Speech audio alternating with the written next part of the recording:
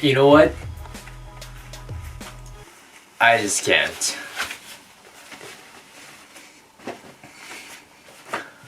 Yeah, this is much better. Yes, I just came back from work. And you know what? Let's talk about a work style in Japan. Hey, what is up everyone? It's Kazu here. Welcome back to my channel. Today's video is gonna be about work style, as I said in the introduction. Japan is known as a very popular tourist destination in the world, and it was chosen as the #1 country that people want to visit after this, all this restriction is lifted. At the other end of the spectrum, however, it was chosen as the second worst country that people do not want to work in all 33 countries. This is because the way we Japanese work is so unique from the world standpoint that they don't want to be a part of it. So in today's video, I'm gonna share 4 unique Japanese way of working style that you might think it's bizarre. So please make sure to stay tuned until the end of the video. Before I start off this video, there are some disclaimers that I want to share with you guys.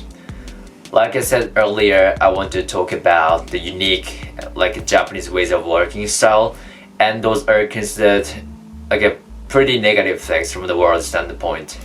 So if you are a Japanese watcher, you might be offended by them, but please don't be, because that's obviously not my intention.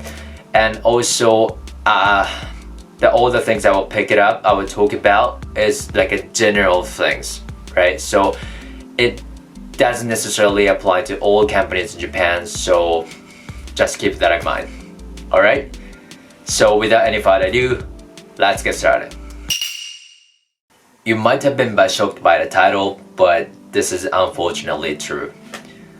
To explain this, let me talk about Japanese employment system first. There are mainly 2 employment statuses in Japan: seishain and part-timer or arubaito, whichever you call it. They're basically the same. Anyway, seishain is so-called full-time worker.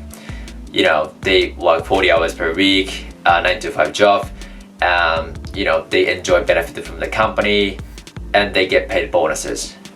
The problem is part-timer.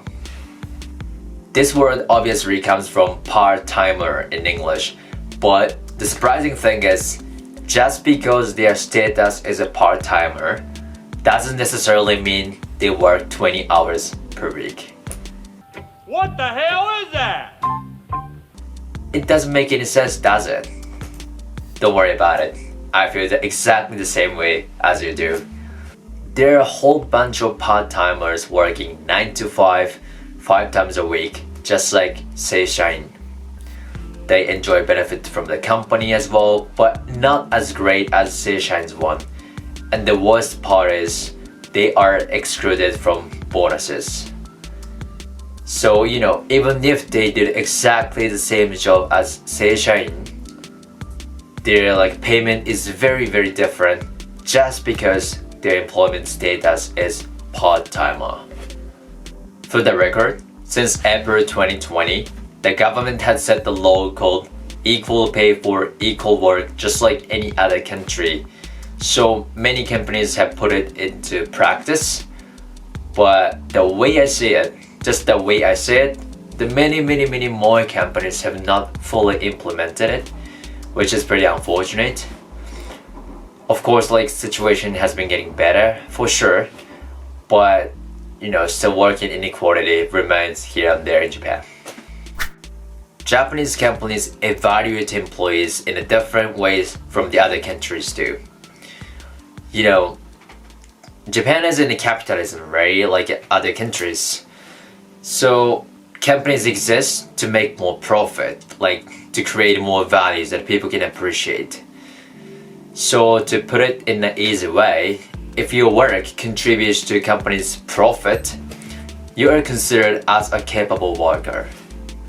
But Japanese companies evaluate the hours you work as well as your performances. Or even some companies put more emphasis on how many hours you stay in company's office, because they happen to believe the idea the longer they stay in the company's office, the greater effort they make on their job. So here's a way to get promoted in a Japanese company. Come into office before anyone else and then leave the office after everyone gets off. Accept the overwork no matter how exhausted you are. Accept the day of working and transfer request even if you don't want to. Yes, that was all jokes. Or was it? The point is, I cannot say that was an absolute crap. So, gender equality has been a very hot topic around the world for the past years, so a lot of companies have been trying to make a great effort to become an equal society for both genders. But sadly enough, Japan is way behind on this problem. According to the World Economic Forum, Japan ranks 120th out of 156 countries on Global Gender Gap Index for 2021, which by the way measures the disparity between men and women. 120th.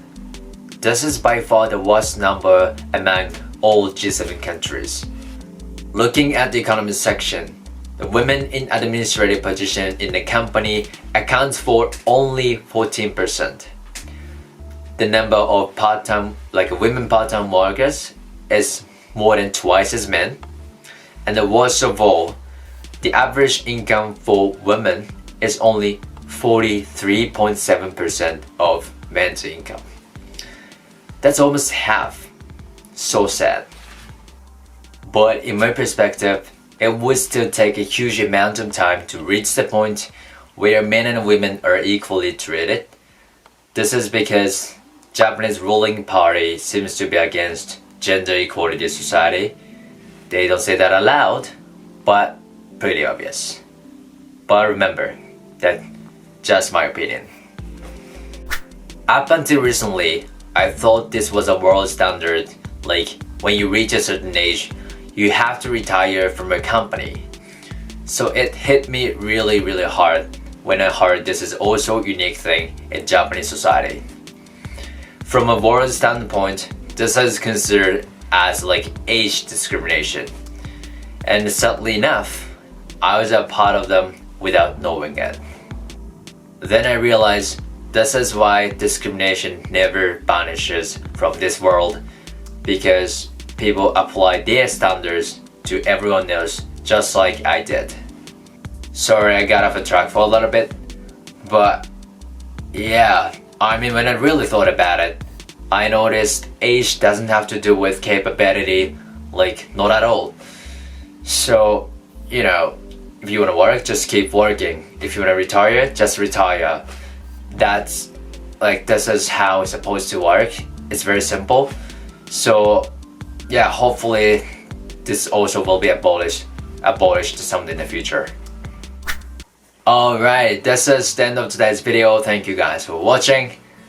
As I said in the beginning, Japanese ways of working is very unique and maybe behind from the world standpoint. But from the other side of the face, it's also true that, you know, this ways of working makes Japan a huge economy country, right? With that said, things always change. That's the only natural rule in this world, in this modern society. So maybe, in my opinion, it's a time that, you know, a lot of drastic measures should be taken for Japan to be a better, equal society. So if you like this video, as always, don't forget to like button and subscribe to my channel if you haven't done it yet. And if you have any question, comment, just leave it from the comment section down below. And I hope I see you guys in the next video. Take care guys, until next time.